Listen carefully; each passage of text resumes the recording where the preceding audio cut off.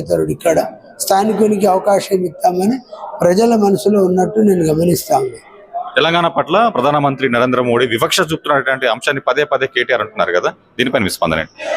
అది తప్పు. వివక్ష. కరీంనగర్ జిల్లా మానకొండ నియోజకవర్గం నుంచి బీజేపీ అభ్యర్థిగా ఆరేపల్లి మోహన్ పోటీ చేస్తున్నారు. సో ప్రచార సర్వే ఎలా కొనసాగుతుంది? అదేవిధంగా ఈరోజు హైదరాబాద్లో ప్రధానమంత్రి నరేంద్ర మోడీ ఎస్సీ వర్గానికి సంబంధించినటువంటి ఒక సమావేశానికి కూడా హాజరు కానున్నారు. సో ఈ అంశాల గురించి మాట్లాడేందుకు మనతో పాటు ఆరేపల్లి మోహన్ గారు అందుబాటులో ఉన్నారు. సార్ చెప్పండి, మొత్తంగా మానకొండ నియోజకవర్గంలో ప్రచార సర్వే ఎలా కొనసాగుతుంది? సో ప్రజల నాడి ఎట్లా ఉంది? ప్రజలు ప్రస్తుతం మార్పు కోరుతా ఉన్నారు. రసమయ బాలకిషన్ను ఓడించాలనే తపనతో ప్రజలు కనిపిస్తూ ఉన్నారు.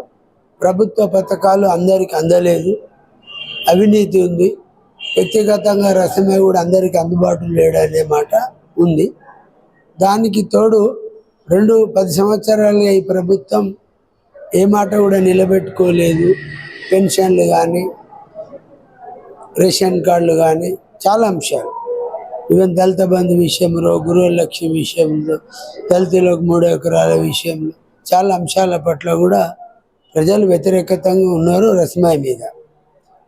బహుశా ప్రజలు మార్పు కోరుతున్న అంశాన్ని మాత్రం నేను గుర్తించాను. మరి ఇంకా చాలా రోజులు ఉంది ఓటు. 30వ తారీఖు అంటే దాదాపు ఇంక 20 రోజుల వ్యవధి ఉంది. 20 రోజుల్లో ప్రజలు అయితే మార్పు కోరుతున్న సరళిని గమనిస్తూ ఉంటే స్థానికుడిగా నాకే అవకాశం ఇచ్చేటట్టు కనిపిస్తాం. సో ఈరోజు ప్రధానమంత్రి నరేంద్ర మోడీ ఏదైతే మందకృష్ణ మాదిగ నిలుస్తున్నటువంటి ఎస్సీ రిజర్వ్ సంబంధించినటువంటి సభకు హాజరు కానున్నారు.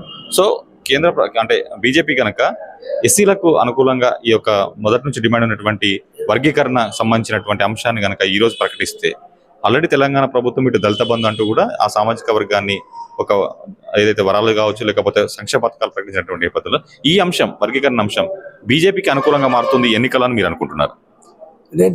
వర్గీకరణ అనే అంశం చాలా కాలం నుంచి పెండింగ్ ఉంది. అందరికి ఆశ ఉంది. ప్రధానమంత్రి నరేంద్ర మోడీ ఓబీసీ రిజర్వేషన్ ఇచ్చాడు, దేశమంతా వ్యాక్సిన్ ఇచ్చాడు, దాదాపు 80 కోట్ల మంది ప్రజలు ఉచితంగా బియ్యం ఇస్తూ ఉన్నాడు.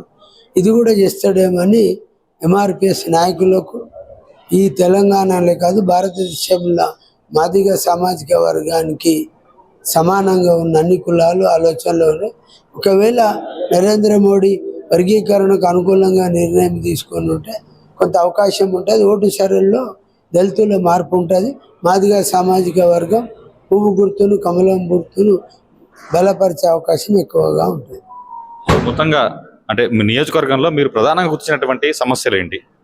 ఈ సమస్యలు అంటూ చాలా ఉన్నాయి. ఎందుకంటే విద్యాపరంగా ఈ నియోజకవర్గం అభివృద్ధి జరగలేదు. విద్యాపరంగా ఎలాంటి అభివృద్ధి లేదు. వైద్యపరంగా కూడా ఎలాంటి అభివృద్ధి జరగదు. ప్రజలకు కావాల్సింది విద్యా వైద్యం. వైద్యంలో ఏం పురోగతి లేదు, విద్యలో ఏ పురోగతి లేదు. రొటీన్గా జరిగే ప్రక్రియలు భాగంగా సైడ్ డ్రైన్లు, సీసీ రోడ్లు, చిన్న చిన్న శ్మశాన వాటికలు, ఇవన్నీ కేంద్ర ప్రభుత్వ నిధులతోనే చాలా జరుగుతూ ఉన్నాయి. కాబట్టి ప్రజల్లో చాలా అసంతృప్తి ఉన్నమాట వాస్తవం. ఇక గుర్తించిన సమస్యలు అంటే కోకొల్లలు ఉన్నాయి. ఏరియా కోటి, ఊరు కోటి, మండలం కోటి ప్రకారం. ఉదాహరణకు 100 పడకల ఆసుపత్రి దాదాపు 10 సంవత్సరాలు అయింది, ఊసు లేదు. కాబట్టి ఇట్లా ఉన్నాయి సమస్యలు అంటూ ఉన్నాయి. అవి అపరిక్షితంగా ఉన్నాయి కాబట్టి ప్రజలు మార్పు కోరుతున్నట్టు గమనిస్తూ ఉన్నాయి. ముఖ్యంగా స్థానికుడు, స్థానికేతరుడు అనే అంశం ఇప్పుడు లెక్కలోనికి వస్తుంది. స్థానికేతరుని ఎందుకు ఇక్కడ అవసరం లేదు, 2 సార్లు ఓటేసిన ఇప్పుడు అవసరం లేదు స్థానికేతరుడు ఇక్కడ, స్థానికునికి అవకాశం ఇస్తామని ప్రజల మనసులో ఉన్నట్టు నేను గమనిస్తాను. తెలంగాణ పట్ల ప్రధానమంత్రి నరేంద్ర మోడీ వివక్ష చూపుతున్నటువంటి అంశాన్ని పదే పదే కేటీఆర్ అంటున్నారు కదా, దీనిపైన మీ స్పందన?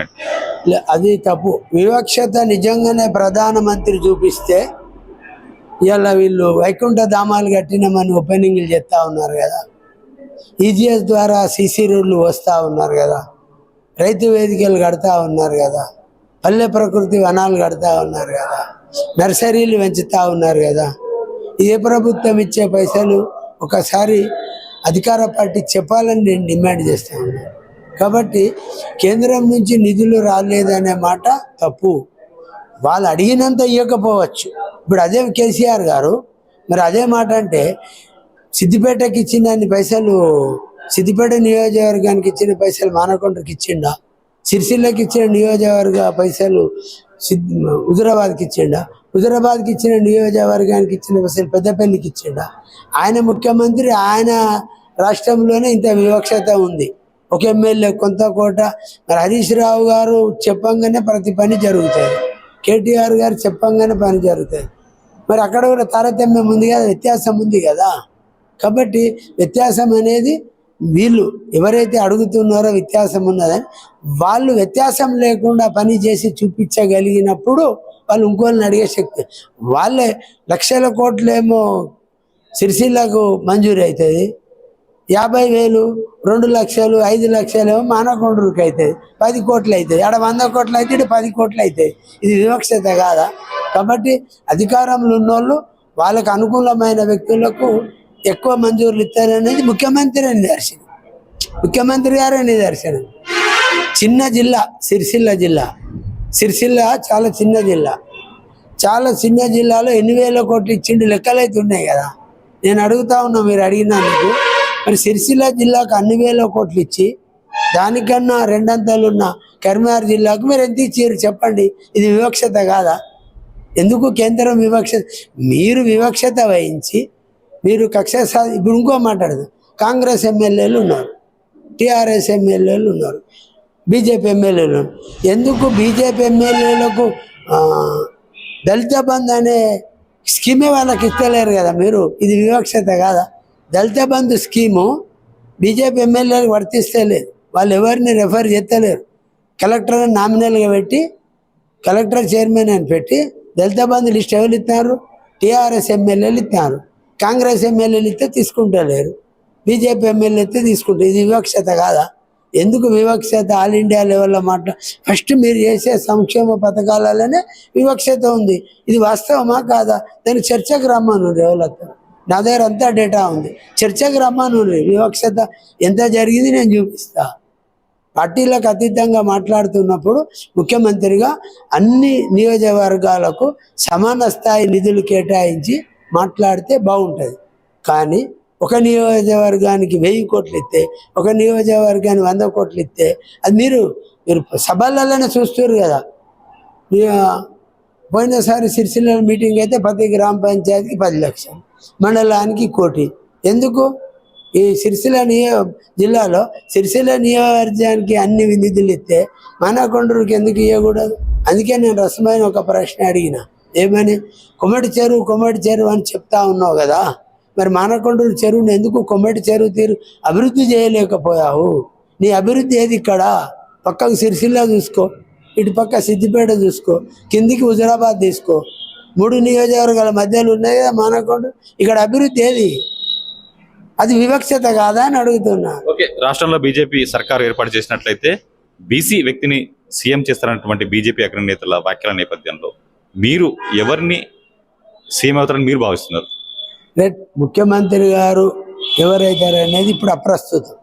మొదట బీజేపీ పార్టీకి రాజకీయంగా నంబర్ గేమ్, ఈ డెమోక్రసీలో నంబర్ గేమ్.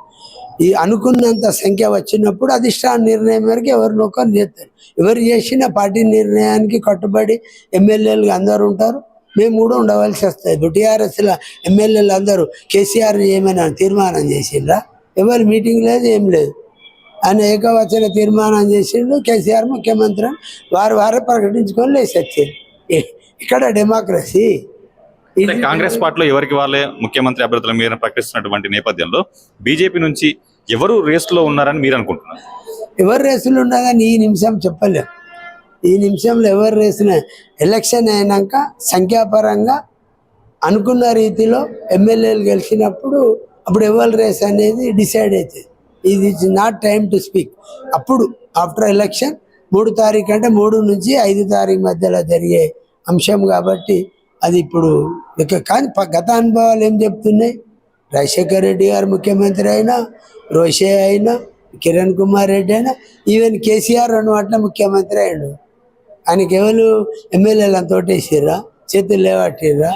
వాళ్ళు చదివి వినిపించారు, వాళ్ళు చేతులు లేవట్టు. ద సేమ్ థింగ్ అన్ని పార్టీలలో అదే ఉంటుంది. కేసీఆర్ దగ్గర ఒక న్యాయము, నరేంద్ర మోడీ ఒక న్యాయం ఉండదు కదా. పార్టీ అన్నప్పుడు అందరూ ఒక తీరే ఉంటుంది. కాబట్టి వాళ్ళు ఎట్లయితే నామినేట్ చేసి ఈయన ముఖ్యమంత్రి అని ప్రకటన ఏకవచనం చేస్తారో అన్ని పార్టీలు అంతే చేస్తాయి. What is wrong in it? ఆయనే అంటాడు ఏది మేము చేసేదంతా ప్రజలు ఆమోదిస్తారని. నిజంగానే ప్రజలు ఆమోదిస్తే ముఖ్యమంత్రికి నేను అర్హున్నా కాదా ఓటేయమని ప్రజలను అడగాలి. ఆ పోల్ చీటీల ద్వారా ముఖ్యమంత్రి కావాలి. అయితే లేదు, సిస్టమ్ లేదు. కాబట్టి యథా రాజా తథా ప్రజ అన్నట్టు నడుస్తుంది. Thank you. సో మొత్తానికి ఏదైతే ఈరోజు మోడీ సభ జరుగుతుందో అది ఎస్సీ వర్గానికి సంబంధించినటువంటి సభ ద్వారా ఈ ఎన్నికల్లో బీజేపీకి కొంత అనుకూల అంశం అదేవిధంగా కలిసి వస్తుందని, దాంతో పాటుగా మానకొండ నియోజకవర్గంలో చాలా సమస్యలు ఉన్నాయి. తాను ఎమ్మెల్యే గెలిస్తే కనుక వాటి పరిష్కారానికి కృషి చేస్తాను. ఇక ఏదైతే సీఎం అభ్యర్థికి సంబంధించి కూడా బీజేపీలో ప్రస్తుతానికైతే ఈ అంశం అప్రస్తుతం, ఆ తర్వాత పార్టీ అధిష్టానం నిర్ణయం తీసుకుంటానని కూడా బీజేపీ అభ్యర్థి ఆర్ఎపల్లి మోహన్ అంటున్నారు. కెమెరామెన్ కిషోర్తో రామకృష్ణ, ఐటీ న్యూస్, కరీంనగర్ నుంచి.